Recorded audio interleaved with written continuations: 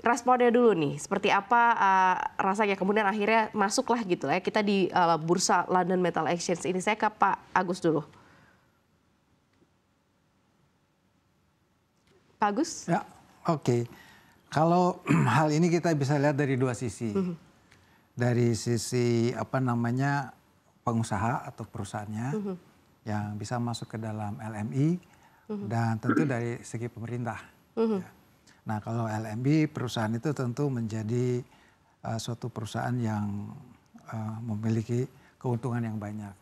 Dia perusahaan yang diakui dunia, dia mempunyai akses yang lebih baik kepada sumber-sumber yang ada di dunia, investasi dan sebagainya. Dan dia dianggap memiliki material atau barang yang diproduksi dengan standar yang tinggi dan sebagainya. Itu karena untuk masuk ke dalam LMI tentu tidak mudah. Harus banyak persyaratan-persyaratan yang harus diikuti.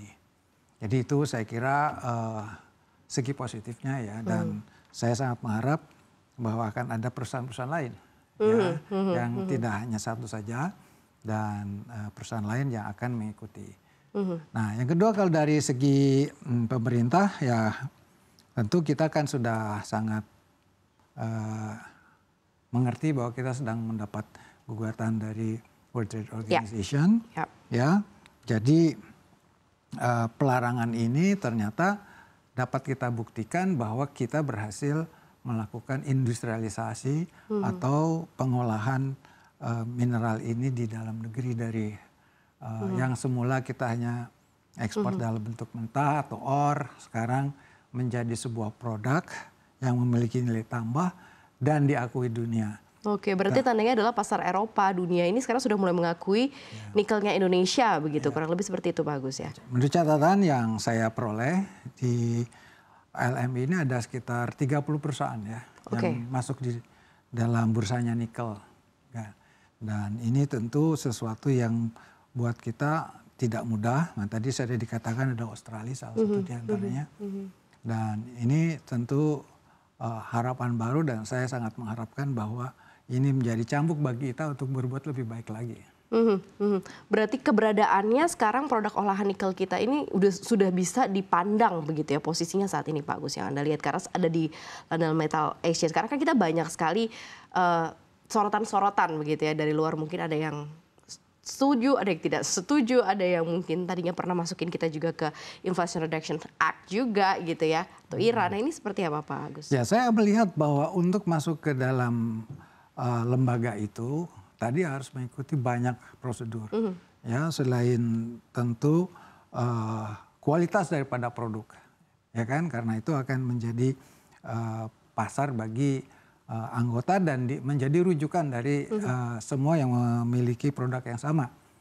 Kedua, bahwa perusahaan itu harus taat kepada lingkungan, GCG, ya, dan semua hal-hal yang dianggap merupakan syarat-syarat mutlak bagi perusahaan-perusahaan kelas dunia. Jadi kita sudah bisa memasukkan salah satu perusahaan kita menjadi perusahaan kelas dunia. Dan itu tentu tidak mudah. Dan yang tadi, kalau semua perusahaan bisa berat seperti itu, sangat kita harapkan. Setelah ini ada lagi gitu ya Pak, yang masuk lagi ya Pak ke LMI ya. Oke Pak Alex, Anda melihatnya seperti apa nih Pak? Secara resmi juga kita tahu bahwa nikel kita tercatat atau mencetak sejarah begitu ya. Nah ini seperti apa sebenarnya kalau seandainya ada satu produk masuk ke LMI ini sepenting apa begitu dan seberdampak apa gitu Pak Alex? Baik Maria, jadi saya kira Pak Agus, Pak Luhut sudah menyampaikan bagaimana pandangan mereka. Saya kira begini, pertama kita lihat dulu London Metal Exchange ini adalah bursa futures yang sudah berdiri sejak 1870 dulu. Jadi paling tua di dunia. Jadi memang untuk masuk ke dalam lingkungan LMI ini tidak gampang. Dan kita harus juga bangga dengan kemampuan dari CNGR, Dingxi untuk bisa masuk. Itu pertama. Yang kedua, kita lihat sendiri CNGR Dingxi ini saya melihat karena dia di Morowali. Jadi mereka ini memang menerapkan satu teknologi baru dalam proses produksi nikel mate ini. Nah, kenapa dia produksi nikel mate? Memang CNGR ini adalah perusahaan utama dunia yang mensuplai prekursor untuk baterai. Jadi saya melihat sejak 2022 mereka ini melakukan penelitian percobaan yang begitu gigih. Sehingga saya melihat pantas mereka ini untuk mendapatkan kehormatan di LMI. Kenapa? Karena ada proses yang mereka perkenalkan itu. Selama ini kan kita mengenal untuk produksi ini ada rotary kiln electric furnace. Mereka ini tidak. Mereka ini memandang bahwa lingkungan itu penting.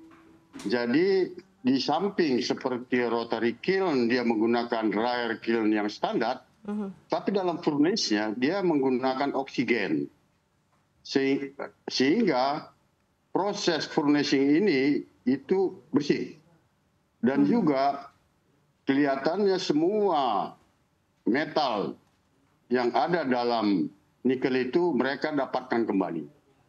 Nah, sehingga pada akhirnya CNGR ini bisa memproduksi 99,9% nikel. Jadi high purity. Ini adalah bahan baku yang untuk fine critical mineral, untuk fine equipment seperti untuk baterai, untuk pesawat terbang, untuk kesehatan dan lain-lain.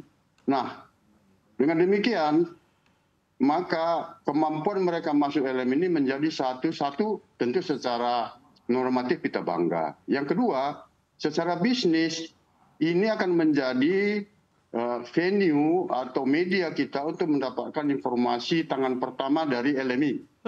Yang kemungkinan kelak informasi yang mereka peroleh ini bisa kita integrasikan ke dalam penetapan harga HPM kita.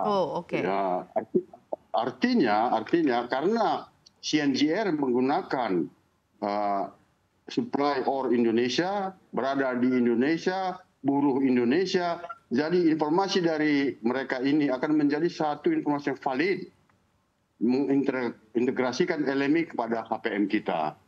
Nah, bagaimana ada cerita, nanti kita menentukan harga nikel dunia. Saya kira proses ini adalah proses yang masih panjang. Kenapa begitu?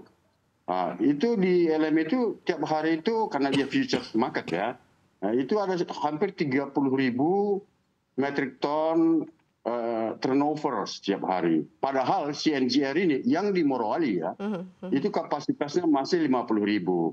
Nah, nanti dikembangkan lagi di Weda Bay, dikembangkan di Tanah Bumbu. Mungkin dalam proses waktu keberadaan CNGR ini akan berarti di LMI. Saya kira itu kita harapkan sehingga harga dunia itu tidak lagi bisa dikontrol oleh satu dua pihak saja, tetapi kita pun ikut mempengaruhi. Saya kira dari sisi kemampuan kita untuk memasuki spesial community of nickel in the world itu sudah terbukti.